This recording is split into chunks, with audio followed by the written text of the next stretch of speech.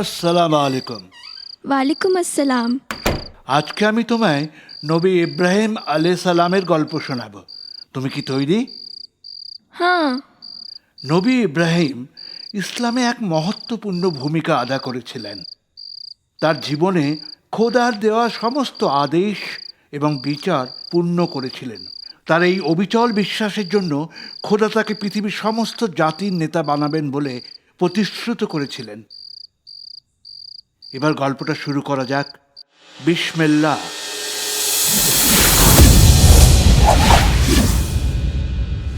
ইব্রাহিম আলাইহিস সালামের গল্প।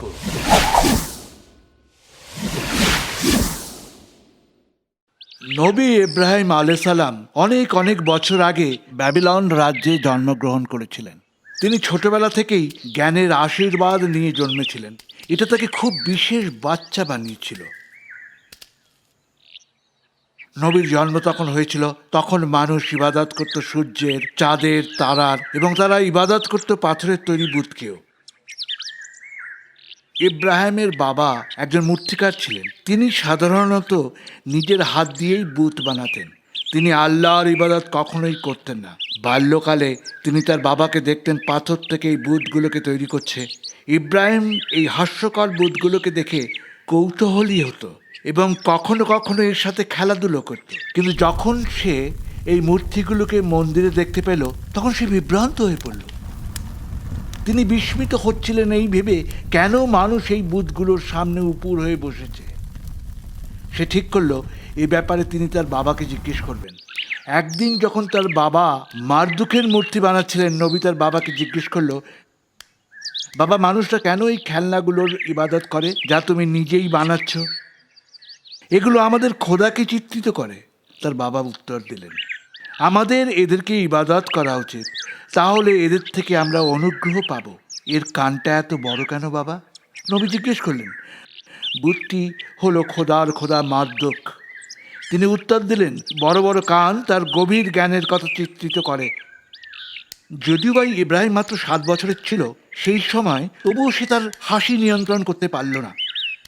সময় ব্যতীত হতে লাগলো এবং ইব্রাহিম বিদ্যা এবং বুদ্ধির সঙ্গে বড় হতে লাগলো। সে জানতো আল্লাহই হলো একমাত্র সত্যিকারের খোদা।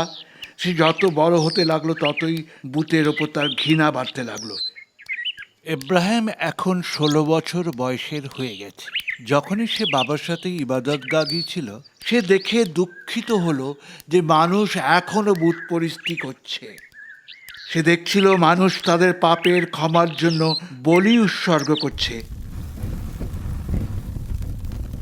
একদিন ইব্রাহিম আল্লাহকে খোঁজার জন্য বাড়ি ছেড়ে বেরিয়ে গেল, সত্যিকারের খোদাকে। সে অনেক লম্বা সময় ধরে হেঁটে অবশেষে এক পাহাড়ের কাছে পৌঁছলো। সে পাহাড়ে চলল, তারপর একটা গুহার কাছে গিয়ে বসলো। সে সেখানে লম্বা সময় ধরে বসে রইলেন। তারপর তিনি যখন ওপরের দিকে তাকালেন, সে সেখানে একটা উজ্জ্বল তারা দেখতে পেলেন।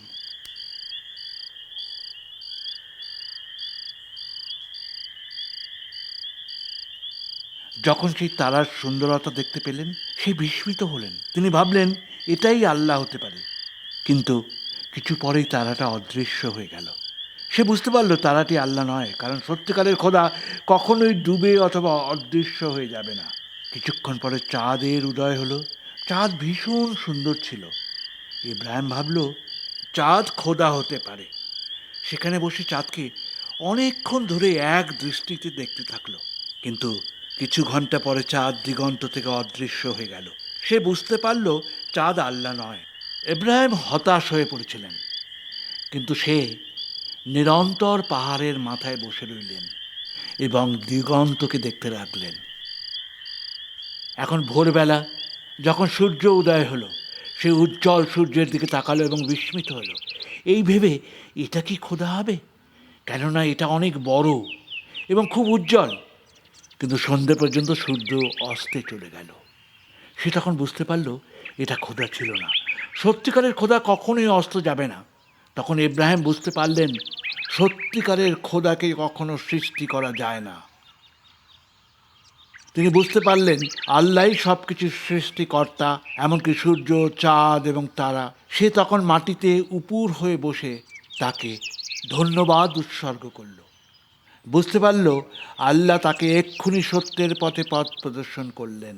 তিনি তখন বুঝলেন যে আল্লাহ তাকে একজন নবী হওয়ার জন্য মনোনীত করেছেন। খোদা তাকে তার মানুষকে পথ প্রদর্শনের জন্য মনোনীত করেছেন। এটা এক নতুন জীবন হবে নবী ইব্রাহিম আলাইহিস সালামের জন্য। এবার সে বাড়ি ফিরে এসে বাবাকে সেই মহান খবর দিল। যখন সে কি বলছে তা তার বাবা শুনতে পেলেন, তিনি তখন ভীষণভাবে রেগে গেলেন। তোমার সাহস কি করে হলো আমার খোদাকে তিরস্কার করার? সে রেগে গিয়ে জিজ্ঞেস করলো, ও আমার বাবা, তুমি আমায় অনুসরণ করো, আমি তোমায় সঠিক পথে নিয়ে যাব। আল্লাহ তোমায় শাস্তি দেবে যদি তুমি অনুতাপ না করো। সে তার বাবাকে মিনতি করে বলল, তুমি যদি এমন করে কথা বলা বন্ধ না করো, আমি লোককে বলবো তোমায় পাথর মারতে। তার বাবা তাকে চিৎকার করে বাড়ি ছেড়ে যেতে বলল। ইব্রাহিম তার বাবার জন্য দুঃখিত হলো আর তাকে ফিরিয়ে দেওয়ার জন্য। সে বুঝতে পারল সে এর থেকে আর বেশি কিছু করতে পারবে না, তাই বাড়ি ছেড়ে দূরে চলে গেল। সে তখন তার রাজ্যের অন্য মানুষদের কাছে গেলেন তাদের পথ প্রদর্শনের জন্য। সে বুঝল তার জীবনের উদ্দেশ্য হলো মানুষকে আল্লাহর কাছে ফিরিয়ে আনা। ইব্রাহিম বাজারে গেল এবং তাদের দিকে চিৎকার করে বলল, আল্লাহই একমাত্র সত্যিকারের খোদা, আর কোনো খোদা নেই। শুধু আল্লাহ, তাকে ছাড়া কাউকে ইবাদত করার যোগ্যতা নেই। আমি আর বুত পরিস্থিতির প্রতি ঝুঁকব না। বাজারের মানুষরা ওর কথা শুনে রীতিমতো রেগে গেল। তোমরা কেন এই সব বুত পরিস্থিতি করছো? সে আবার তাদের জিজ্ঞেস করলো, তোমরা কি বুঝতে পারছো না এদের কোনো শক্তি নেই? তারা তাকে শাসালো, তুমি এখান থেকে চলে যাও। তাই ইব্রাহিমকে বাজার ছেড়ে চলে যেতে হলো।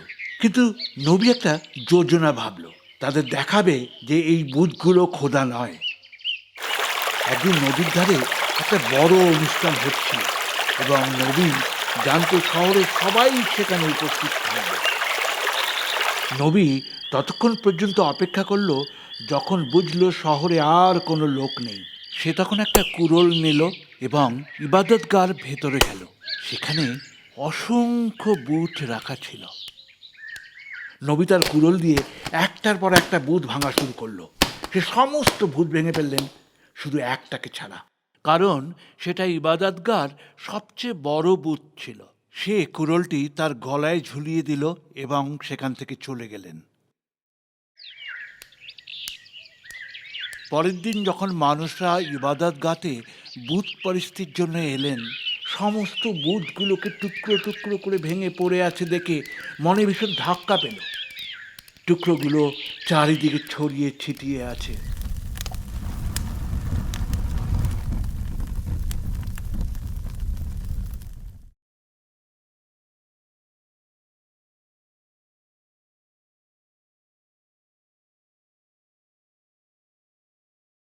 তারা এক জায়গাতে জড়ো হয়ে আলোচনা করলো কে এই ভয়ানক কার্য করে থাকতে পারে। গতকাল বাজারে একটা ছেলে এসেছিল, তাদের মধ্যে থেকে কেউ একজন বলল, সে আমাদের খোদার বিরুদ্ধে কথা বলছিল, আমি ওই লোকটাকে চিনি, ওর নাম ইব্রাহিম। আরেকজন লোক বলল। তারা নবী ইব্রাহিমকে পেল এবং ইবাদত গাতে নিয়ে এলো। তুমিই কি সেই লোক যে আমাদের খোদার এই অবস্থা করেছ? তারা তাকে জিজ্ঞেস করলো। এই যে বুথ, হ্যাঁ হ্যাঁ, ওই ওই ওই ওই বড়, ওটাকে জিজ্ঞেস করো না। কেন? সে তোমাদের বলবে সে যদি কথা বলতে পারে। এটা মানুষগুলোকে আরো রাগিয়ে দিল। তুমি ভালো করেই জানো এই বুথগুলো কথা বলতে পারে না, তাহলে তোমরা এই বুথগুলোর পরিস্থিতি কেন করো? যারা কথা বলতে পারে না, দেখতে পায় না, শুনতে পায় না, তোমাদের কি মাথা খারাপ হয়ে গেছে? মানুষরা লজ্জা পেয়ে এদিক ওদিক দেখতে লাগলো এবং দেখলো বুথের ভাঙা টুকরোগুলোকে চারিদিকে ছড়িয়ে আছে।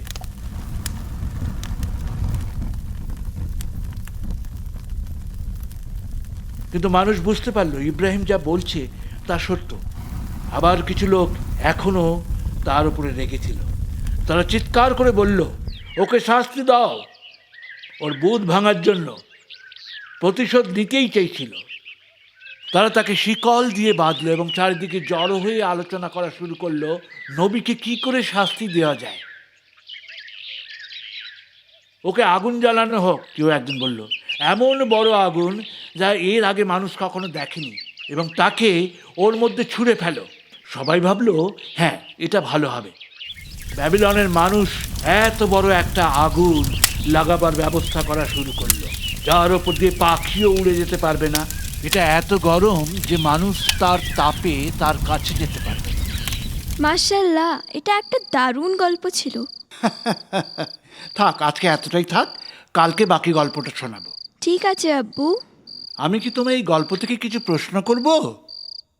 নবী ইব্রাহিম আলাইহিস সালামের জন্ম কোথায় হয়েছিল? বেবিলন। তার জন্ম হয়েছিল বেবিলনে। মাশাআল্লাহ, একদম ঠিক উত্তর। এবার বলো, নবীর বাবা কি করত? আমি তোমায় সূত্র দেব। সূত্র 1 ছুতার, এবং সূত্র 2 মূর্তিকার, এবং সূত্র 3 কাঠুরে।